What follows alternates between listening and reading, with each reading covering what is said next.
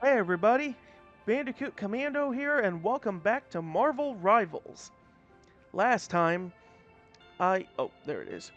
I read the Punisher's lore story, the initiation ceremony, where Castle was doing his own vigilante work of trying to take down the Yashida Corporation, or at least taking down one of their criminal sections, when Natasha appeared and saved him.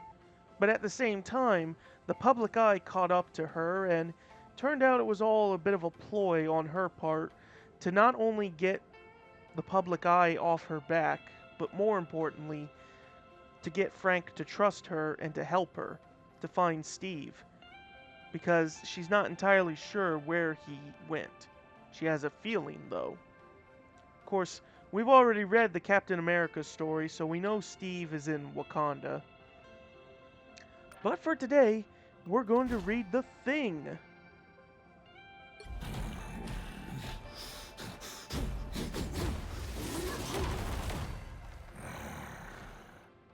The Thing. Benjamin Grimm. Benjamin J. Grimm is unquestionably the rock star of any team he's on. Always at the forefront of the fight, the Thing shields his allies with his unbreakable form, selflessly fending off any harm that comes their way. I don't have any of his skins.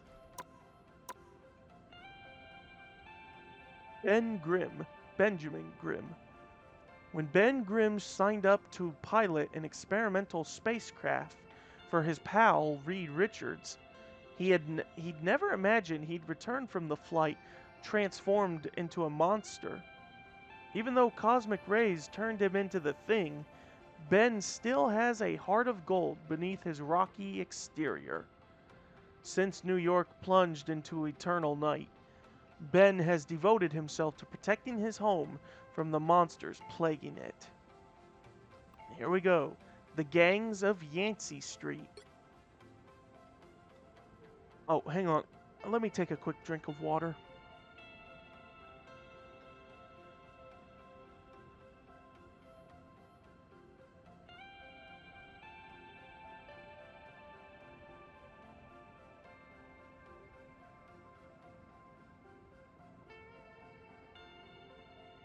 Okay, there we go.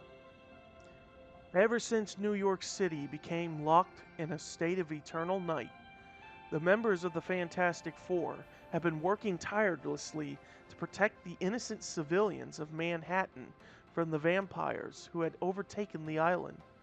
Of course, not every civilian was so innocent, and not all of them wanted to be protected. Go home, you big lug! A voice shouted from an apartment window.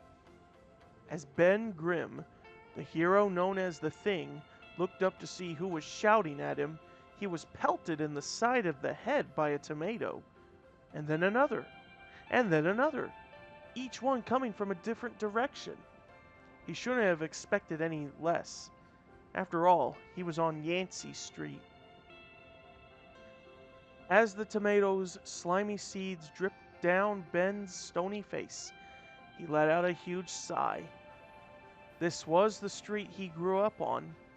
It was the first place he ever felt like he belonged. And yet, instead of celebrating him when he became a big-time superhero, the folks in the old neighborhood treated Ben as if he was a sellout. Still, while the kids in the Yancy Street gang might have stocked up on overripe fruit and vegetables to hurl every time Ben paid his home turf a visit, it hadn't deterred the Thing from checking in every day to make sure the people he cared about were safe. "Thanks for the sauce," Ben yelled to his assailants as he wiped off the pulverized produce. "Next time, could ya throw some pasta my way? Maybe a nice loaf of bread?" "Guy your size don't need that many carbs," another voice yelled back. "Can't blame a guy for trying to get a free bite," Ben replied, forcing a smile. "Depends who they're biting," a third voice yelled. "You see any vamps down there?" Tell them Yancy Street gang ain't no one's dinner. That's what I'm here to make sure of, you ungrateful punks, Ben mumbled to himself.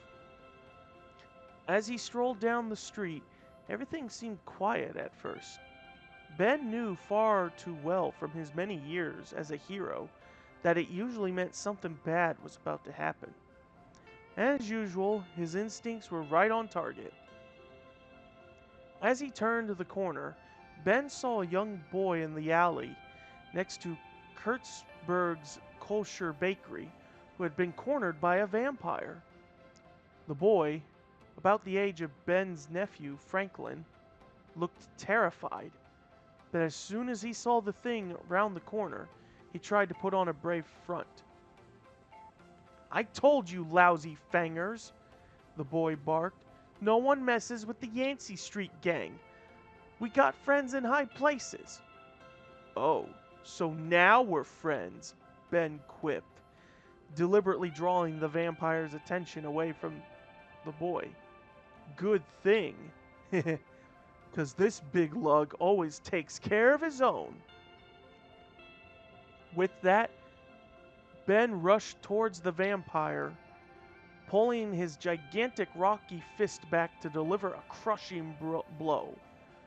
The punch managed to knock the monster's fangs clean out of his mouth. The wounded vampire clutched at its jaw in pain before fleeing from the alley. The boy breathed a sigh of relief, then puffed up his chest in a show of bravado. "Could have handled him myself, you know," he said to the thing. "Uh-huh," Ben replied. "I'm sure you coulda, and I promise I won't tell your fellow hooligans that I lent a hand. But I need you to do me a favor first." "Fine," the boy replied. "But just this once. I've been looking for someone," Ben started. "A special friend." "Ain't that sweet," the boy laughed. "But trust me, no gal in her right mind is looking for a fella with your busted mug." Ben just glared at the boy, who quickly realized that this wasn't the time for more jokes and insults. "Sorry, bad habit." "The FF. We've got a pal who went missing," Ben continued. "And when it comes to what happens on the streets of New York, you kids have got a better intel network than Nick Fury. That's 'cause we got more eyes," the boy said. True, Ben said, unable to hide a smirk. "So tell me, have any of those eyes seen the Black Panther lurking around anywhere?" "The guy in the cat suit?" the boy replied. "Not exactly, but we have heard whispers that some of the vamps around these parts are answering to a new king. And ain't that old pasty guy living in that Central Park castle either. So Dracula's got some competition for his throne?" Thing asked. "That's the rumor, at least," the boy said, "and we got reason to believe it's true. My buddy Stanley went on a supply run into the village yesterday and saw a group of fangers all lined up like they were some sort of army. Real organized and disciplined. Not at all wild and savage, like that freak you just clocked in the kisser." "Where'd your buddy see them?" Ben asked. "Not too far from here," the boy replied. "Over in Washington Square Park." "Thanks, kid," Ben said, patting the boy on the shoulder with his massive stone hand. "You're one of the good ones." "Wish I could say the same," the boy said with a wink before running out of the alley toward the safety of his apartment building. Ben couldn't help but chuckle, but he knew things were about to get a whole lot less amusing. When Ben reached Washington Square Park, he was shocked to discover that the young Yancy Street gang member had been telling the truth. There, in the center of the park, was a group of vampires, all practicing fighting moves, as if they were running a military training exercise. And Ben had seen their combat style countless times before. These were the same ferocious attacks employed in battle by the Black Panther himself.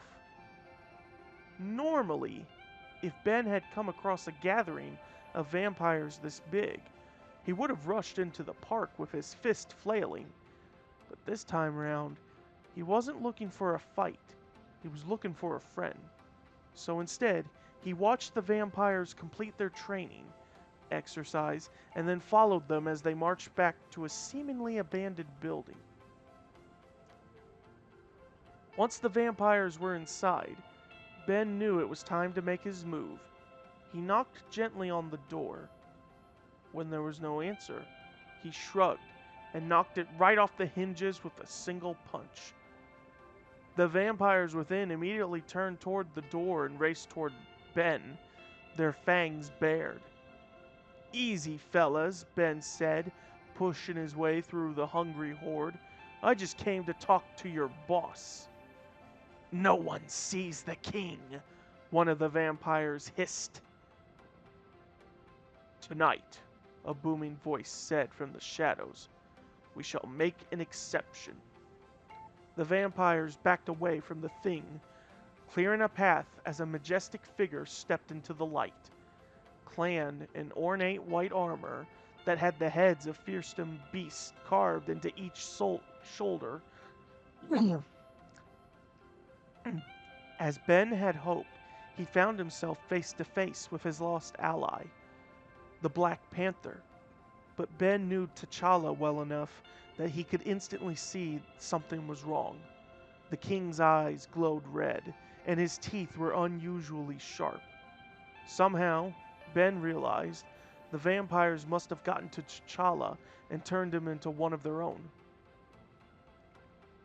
"What a revolting development this is," Ben said as he gazed at his old friend. "Indeed," T'Challa replied.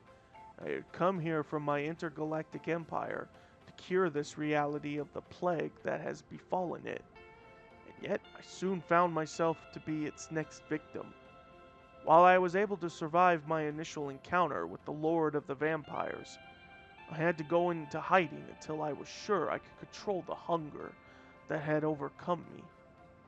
"You should have just come to us," Ben said. "Susie makes one heck of a brisket." "I could not risk putting my closest allies in danger," T'Challa said. "And much to my surprise, I was not alone for long. For some reason, I was able to exert my command over the other vampires I encountered. Soon, I had amassed a small army of loyal followers. Once a king, always a king," Ben mused. "Must be in the blood. No pun intended. Actually, it seems my blood is no different than any other vampire," T'Challa said. "The power once granted to me by the heart-shaped herb has all but faded. I am but a shadow of my former self without it." "Too bad," Ben said. "That fancy herb of yours ain't exactly something we can get at a local grocer. Does Wakanda make deliveries?" "I have lost communication with my empire," T'Challa said, reaching into a pouch hidden in his armor. "But I did bring one heart-shaped herb with me on the journey." "Then what the heck are you waiting for?" Ben asked. "I had hoped to give this sample to your teammate, Reed Richards, in order to synthesize a cure for vampirism," T'Challa said. "We can always find a way to get more herbs," Ben replied. "But you can't be replaced. I'm sure Stretcho would agree." "I suppose you are right," T'Challa said, gazing at the herb in his hand, which gave off a gentle purple glow. T'Challa took a deep breath, put the heart-shaped herb in his mouth, and began to chew on its leaves. In mere moments, his eyes began to return to normal, and his fangs began to retract. The curse that had befallen T'Challa was being undone. But the herb had another side effect as well. The vampires around T'Challa all began to sniff at the air wildly, as if searching for the source of something delicious. "I feared this would happen," T'Challa said as his own army began to turn against him. "Dracula suggested that the herb made my blood irresistible to his kind."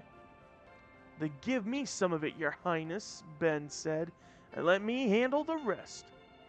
I told you. I do not have another herb, T'Challa said, as he leapt into the rafters of the building. Don't need it, Ben replied. All I want is your blood. Hopefully not as bad as they do, T'Challa mused, as he looked down to see the vampires he once controlled, jumping, reaching towards him in a desperation. T'Challa pulled back the armored sleeve covering his forearm, unsheathing the razor-sharp claws on his opposite hand. He did not hesitate as he drew across his exposed flesh. Blood began to run from the fresh wound, trickling down onto the thing below. Gotta admit, I prefer the tomatoes, Ben said, as the Wakanda king's blood coated his rocky hide. But if it's your blood these jerks are after, I'll give them what they want. The vampires instantly forgot about T'Challa, who was hiding safely out of reach above them, then turned their frenzied bloodlust on the thing. They frantically tried to sink their teeth into Ben, but failed to puncture his rocky exterior. Sorry, kids, Ben said. I may be sweet on the inside, but on the outside, I'm just as tough as they look. As the vampires chipped their fangs on the thing's stone hide, T'Challa called down on to his ally. I'm just getting the mental image of them breaking their teeth, and it's just making me want to laugh a bit.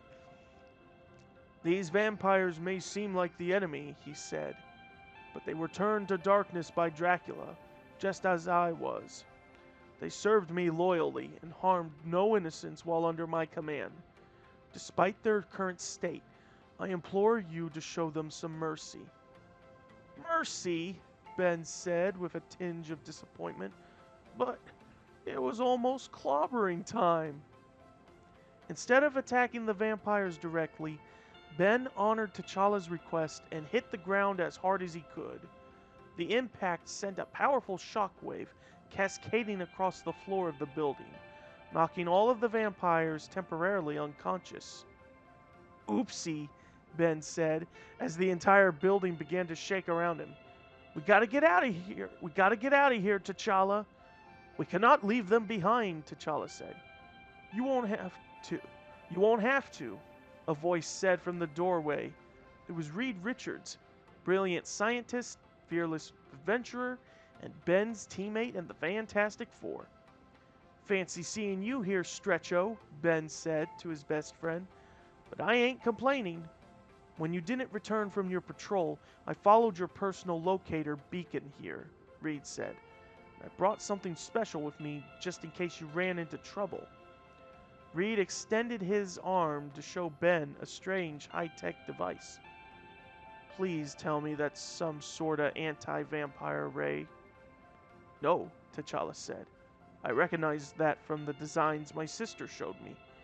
It is a miniaturized version of the time stream reintegration device, is it not? Correct, Reed said, and while it only had limited success during its first test run, I've made some adjustments that may prove useful.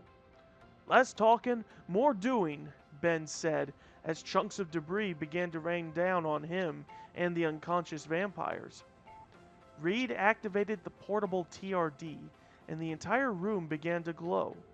Suddenly, the building began to reassemble itself, as if the damage to the structure that the thing caused had never occurred.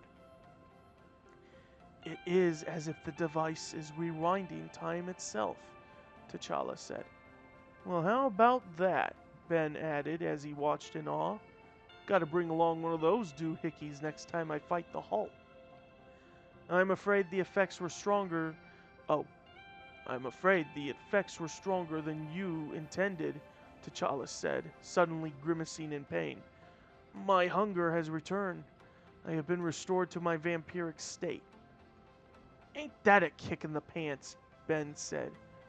But if you're back to being a vampire again, what did the TRD do to your loyal royal subjects?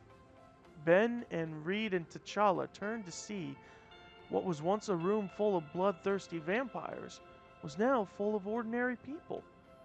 They were disoriented and confused, but they were grateful to be human again. "You have saved them," T'Challa said. "And now it's time to save you, T'Challa," Reed replied. "There is no one in the universe, or any other, that I trust more to do the job," T'Challa said. Ben looked at T'Challa in utter disbelief. "After all we've been through," he said, "yeesh, what's a guy gotta do to finally get a little respect?" Well, alright, that was the end of that story, and I'm actually surprised that it connected to, T'Challa's incident of becoming vampiric. Because, truth be told, and I can show this, if you read T'Challa's, thing here, I think it says somewhere...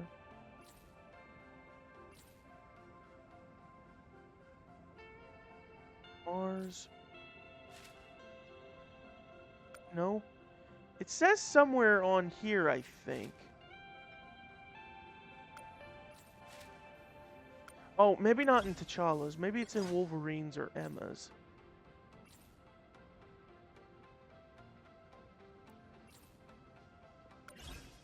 Emma? Yeah, it said... I think it says something here that,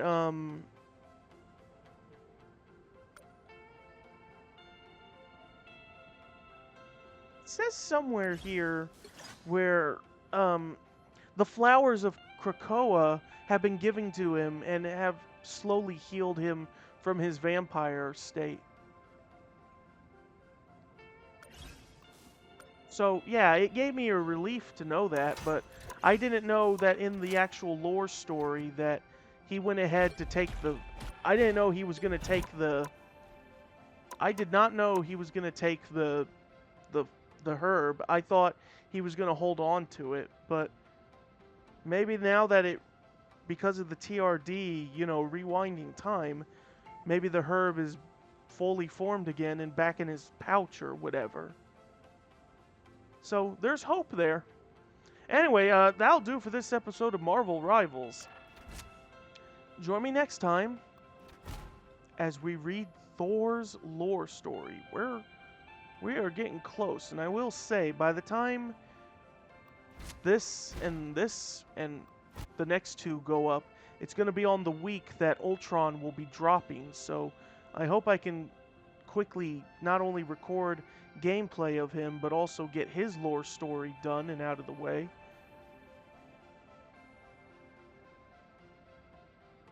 Yeah, Ultron will be taking Venom's place, and it'll push the thing a bit. Alrighty, but yeah, that is it, and I will see you guys next time.